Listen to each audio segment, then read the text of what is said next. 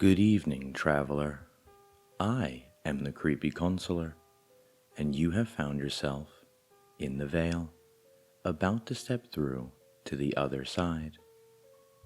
Do remember, dear traveler, to always follow the rules. And please heed my advice. If you feel uneasy, or if they notice you at any point, run, and I will open the veil for you again. Tonight's story is written by Joske-The-Great and is titled, I Deliver Meat as a Truck Driver. I must always stay away from those predators.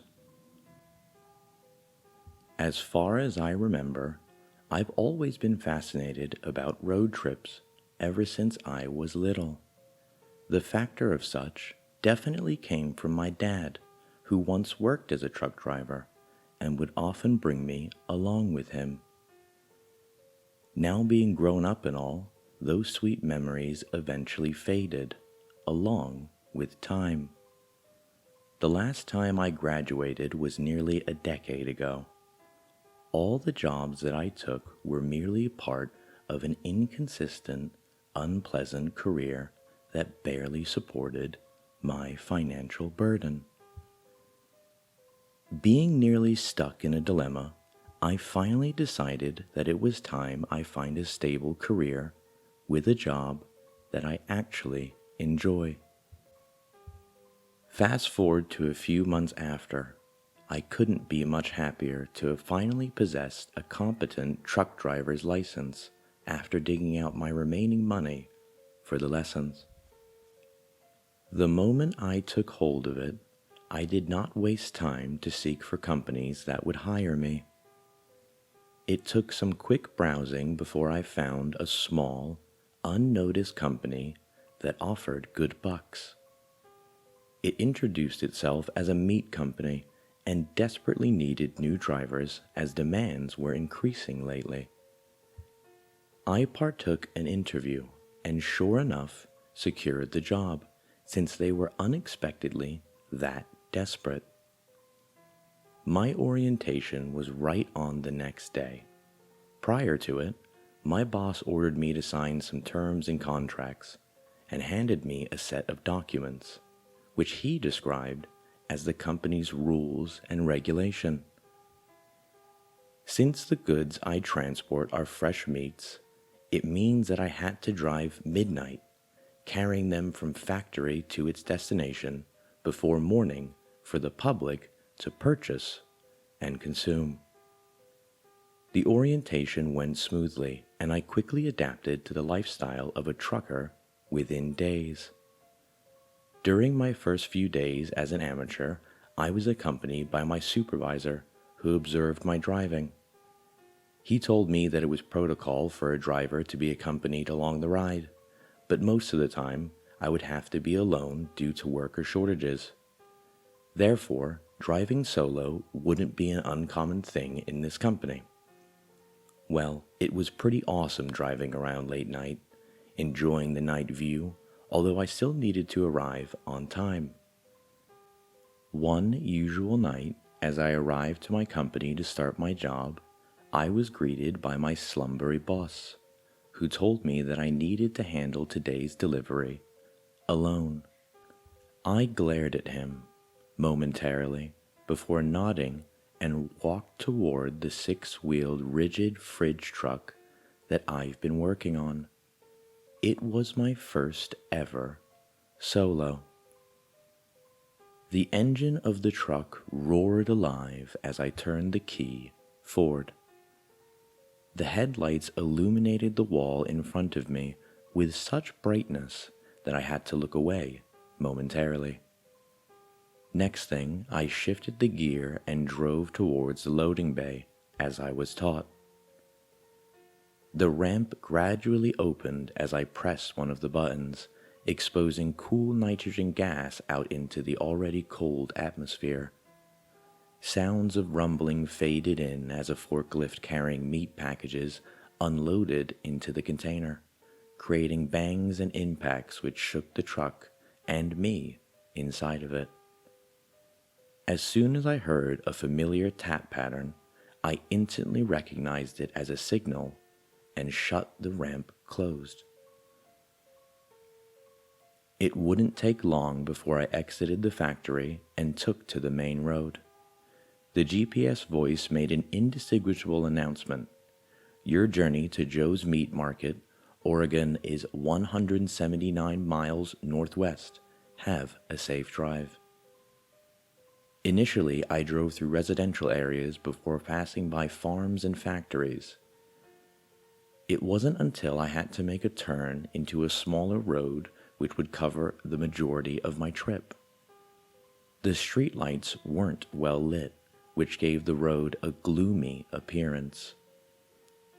As I advanced for 30 miles, streetlights no longer covered the roads, and all that was left illuminated was the headlight of my truck, the dashboard, and the glittering stars across the sky, and on occasion, high beam lights from passing cars. All around me were lush, thick forests, making the surrounding even darker. The truck's engine's vibration as it cruised down the road shook my body throughout the drive. Staring at the illuminated road, I couldn't stop myself from thinking of the set of special rules I had read earlier. Special rules. In this section of rules, it is obligatory for every worker to abide by every rule that is listed. Failure to do so will almost guarantee a life-threatening hazard. This version covers special rules for long-haul truck drivers. Rule 1. As you are operating as a night shift driver, it is obligatory to keep the headlights on at all times, especially on dark roads, even when your truck is stationary. This might sound simple, but extremely important for safety reasons. As I recalled such rule, I wondered, why was it in the special list when it was a literal common sense in the real world? I took a turn at a sharp corner and accelerated the truck. As I stepped on the pedal, I recalled the second rule. Rule 2. If you are driving in a remote area, abide the traffic rules if there are vehicles nearby. However, if you are completely alone, try to cruise at a higher speed as to quickly avoid unwanted visitors. The last phrase sent chills down my spine. What the hell was a visitor? I mean, who wants anything from a meat truck? That was when I suddenly jerked on the brake pedal as a figure quickly approached ahead of me. It was a person who seemed lost. Thinking of the following rule, I did not stop the truck and instead swerved and overtook him. Rule 3. Never allow anybody to ride on the truck, even stranded or lost people. Failure to do so will result in an immediate disqualification from this company if you're lucky enough not to fall into its trap. Staring at the rearview mirror and the dashboard camera, I couldn't help myself but curse under my breath. Why not? This was getting frustrating. Just a few minutes after the incident, a yellow indicator popped out on the dashboard. Something I really wish hadn't happened to me right now. The truck's engine compartment began filling with smoke, and traces of it escaped through the crack of the hood, forcing me to halt the truck. Apparently, luck couldn't get any worse as the engine overheated in the middle of a creepy forest. Water coolant was running low, and so I stepped out of the truck to grab the water jerry. As I opened the door, a cool breeze blew over my body, sending chills within my body. I embraced myself and shone the torchlight towards where I was facing. I clumsily waddled to the side of the truck, both legs still cramped from the tedious driving. Then I pulled a trigger, which opened the hood of the truck. I could feel the heat radiating onto my body from the overheated engine. I took a quick break before pouring some water into the coolant tank. I left the hood open for some time while I chilled inside the cabin. It was then that I realized my delivery had to be inevitably delayed. It took almost half an hour for me to be confident enough to continue the journey. As I stepped outwards again to shut the hood, something bizarre happened. The same guy that I overtook a while ago appeared behind my truck. Completely dumbfounded, but somehow expecting it, I glanced towards him as he slowly approached me.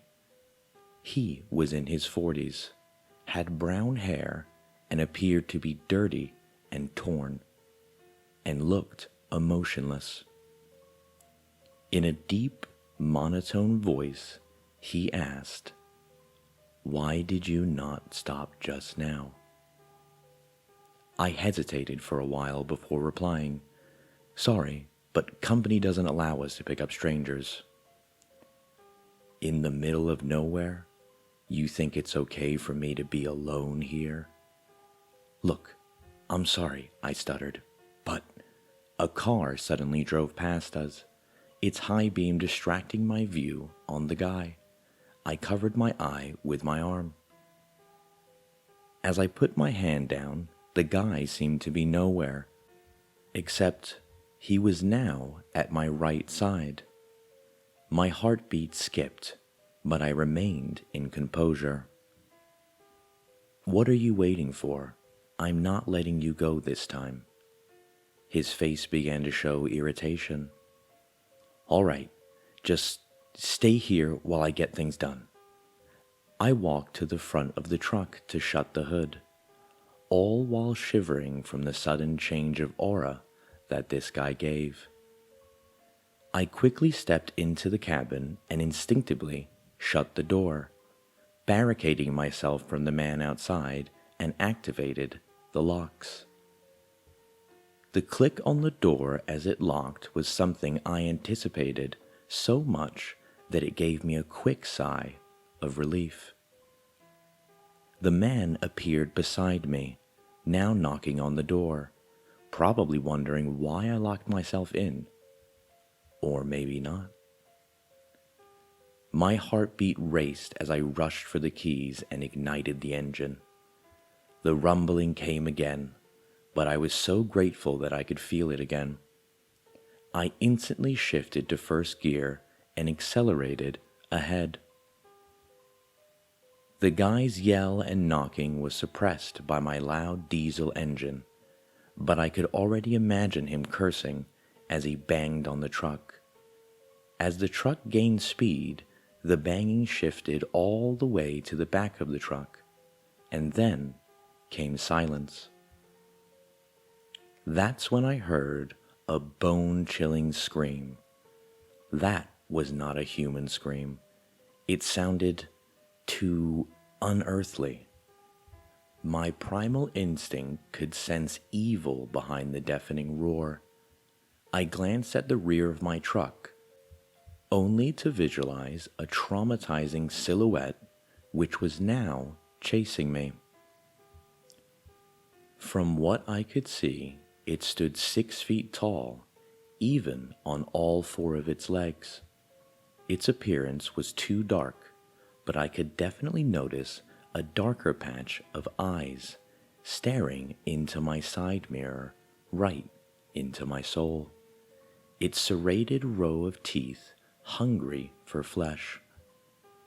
The figure approached rapidly as the truck's rear light illuminated the unearthly creature in red.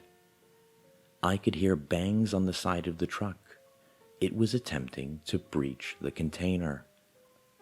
I brake checked unexpectedly, making the creature unable to react in time and tumbling onto the asphalt. I accelerated harder this time and fled the scene. That was when another rule popped into my memory. Rule 4. If something is following you, do not let them catch up to you. Do your best to survive. Something? Is that creature the something they're referring to? I tried to connect the dots while simultaneously focusing on the road.